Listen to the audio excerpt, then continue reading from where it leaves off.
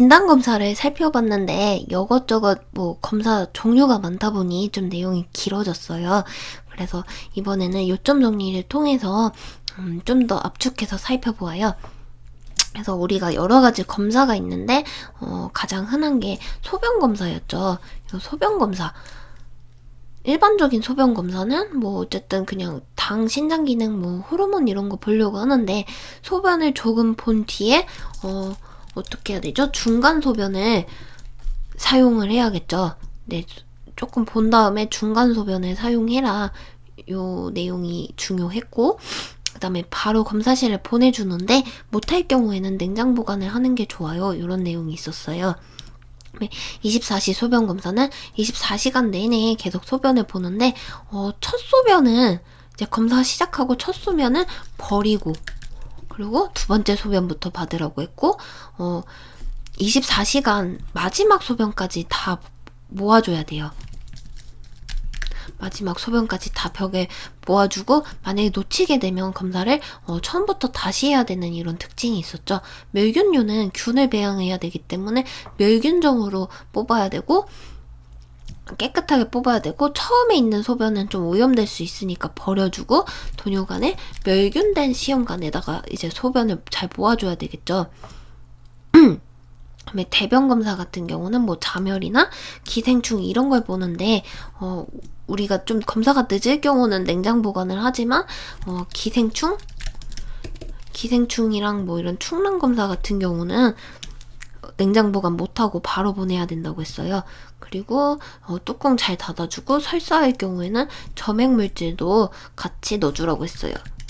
그리고 대변 검사하기 전에 붉은 야채, 철분, 육류, 이런 비타민 이런 거는 피해주라고 했어요. 왜냐면 자멸로 오해를 받을 수 있으니까.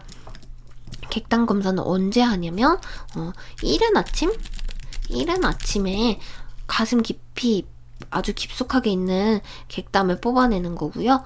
네, 결핵균 확진하려고 쓰는 검사라고 했어요. 그리고 혈액 검사는 있는데 이거는 금식을 하는 경우도 있고 그냥 바로 하는 경우도 있고, 어쨌든 좀 두꺼운 바늘 쓰고 응고되지 않도록 해줘야 되는데, 이걸 팍 병에다 세게 넣는 게 아니라 천천히 체열병으로 혈액이 흘러가듯 넣어주는 게 중요했었고, 그 다음에 이제 항응고방지제 EDTA라고 하는데, 이거 흔들 때도 막 엄청 세게 흔드는 게 아니라 조심스럽게 흔들어서 용혈 방지를 해줘야 돼요. 한쪽 팔에 정맥 주사를 맞고 있다면은 반대쪽 팔에다가 체열을 하라고 했었고요. 추가 체열이 필요하다면은 한 병에다 몰아넣는 게 아니라 E병 따로, A병 따로, C병 따로 이렇게 다 따로따로 하라고 했어요. 안 그러면 응고가 되거든요. 그 다음에 요추천자 같은 경우는 주로 요추 3, 4번을 사용하는데 우리가 새우등 자세를 해준다고 했어요. 허리를 구부려줘야 간격이 더 넓어지겠죠. 그래서 척수액 이런 거 검사하려고도 하는데 2개 내압 하강을 위해서도 하고 약물 주입이나 아니면 어쨌든 척수액 쪽 보려고 하는 그런 검사였고요. 얘는 실온 보관을 해서 냉장 보관 없이 바로 가야 된다고 했어요. 실온 보관을 해줘야 되고, 검사가 끝나면 어쨌든 천자를 했기 때문에 앙와이로 누워가지고 척수액 누출 방지를 해줘야 되고, 그다음에 복수천자는 이제 간 때문에 배에 이제 물이 차니까 자위 또는 반자위로 앉아가지고 실행을 해주고, 천자 하기 전에 방광 같은 데 찌를 수 있으니까 이런 거 비워주고요. 흉광천자는 늑막, 흉곽 내 공기나 물 같은 거 빼주는 건데, 책상에 엎드려 자는 자세에서 베개를 받쳐주고 이렇게 팔을 당겨주거나, 아니면 못 움직인다면 만세해가지고 팔을 최대한 당겨서 갈비뼈 부분 넓게 벌려줘야 된다고 했어요. 그래서 천자 끝나면은 빨리 제거해가지고 바늘 막아서 공기 안 들어가게 해줘야 되는 거, 여기까지 살펴봤습니다. 그 다음에 간 생검을 할 때는 어쨌든 간이 혈관이 많은 장기다 보니까 출혈 방지를 위해 우리가 비타민 K 근육 주사를 넣어준다고 했어요.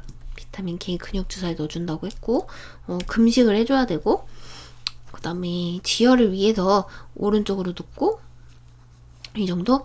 그리고 골수 검사는 어쨌든 골수 안으로 바늘을 넣어가지고 뭘 뽑겠어요? 골수를 뽑겠죠.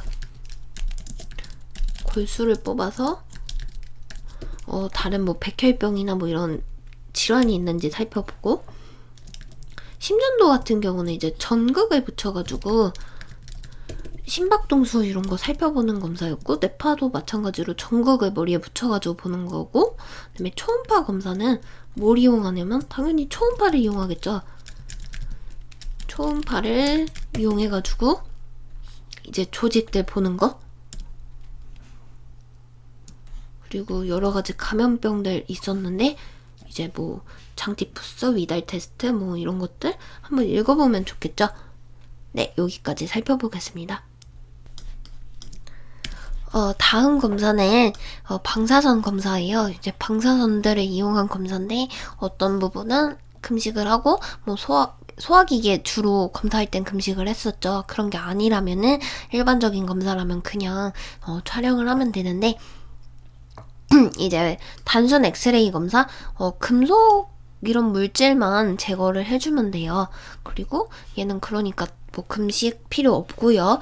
투시 방사선 검사를 할 때는 조영제를 써서 위 십이지장 이런 걸 보기 때문에 얘네들은 어쨌든 공복을 유지를 해야 되고, 조영제 배출을 위해서 어떻게 해줘야 되냐면 충분한 수분 섭취를 잘 해줘야 돼요. 충분한 수분 섭취를 잘 해줘야 되는 게 중요했었어요. 그 다음에 바륨 간장도 마찬가지로 대장 부분 이런 거 하재 투여해가지고 장 비워주고 이런 걸 보기 때문에 당연히 금식하고, 조영제 잘 나오게끔 해줘야 되는 이런 거 신경 써줘야 되고, 정맥 신호 촬영 같은 경우도 어떻게 해야 됐냐면 정맥 내 조영제를 투여했었죠. 조영제를 넣어줬기 때문에 이제 금식도 해줘야 되지만 어쨌든 나중에 조영제 배설 잘 할 수 있게 이런 거 도와줘야 되고, 기관지 촬영은 어쨌든 얘도 금식이에요. 왜냐면 촬영하는 동안에 막 기침하고 이래가지고 음식물 넘어가면 안 되잖아요. 그래서 금식을 해주고 아트로핀 같은 거 넣어주고 뭐 이런 보조기 이런 거 다 빼주고, 얘는 구개반사, 구토반사, 구개반사가 돌아올 때까지 금식을 해주고 그때 이후로 이제 밥을 먹을 수 있어요. 그리고 뭐 췌장 담낭 이런 거 보는 것도 어쨌든 금식을 해줘야 되고, 유방조영술은 어쨌든 유방 검사를 하는 거니까 금식 불필요하고, CT도 뭐 어쨌든 엑스레이 뭐 이런 방사선 촬영이다 보니까 금속성 물질 이런 거 다 제거해서 보고, MRI 같은 경우는 침습적 검사는 아니에요. 그냥 강한 자기장으로 하는 건데, 그러다 보니까 모든 금속 물질을 좀 제거해줘야 되는 주의사항이 있죠. 그리고 다른 검사들이 뭐가 있나 살펴보면 자궁경부암 검사 여기 있는데, 얘는 윤활제를 바르지 않은, 얘는 특이하게 우리 몸에 다 뭐 꼽을 때는 다 수용성 젤리, 수용성 윤활제 바르세요 하는데 얘는 바르지 않아요. 그리고 질세척도 하면 안 되는 특징이 있고, 위 내시경은 어쨌든 위 부분 이런 소화기계 보다 보니 금식을 해주고, 그리고 얘도 구개반사, 뭐 구개반사나 이제 구토반사가 회복이 된 다음에 음식을 섭취할 수 있겠죠. 구토반사나 구개반사나 비슷한 말이에요. 어쨌든 음식을 제대로 삼키는지 이런 거 확인하려고 하는 거니까. 그 다음에 직장경 검사도 이제 장 비워주고 막 이러다 보니까 금식을 해줘야 되겠고, 뭐 자세도 어쨌든 좀 항문이 잘 보이는 자세 이런 거 해줘야 되는, 요 정도로만 살펴보시면 될 것 같습니다.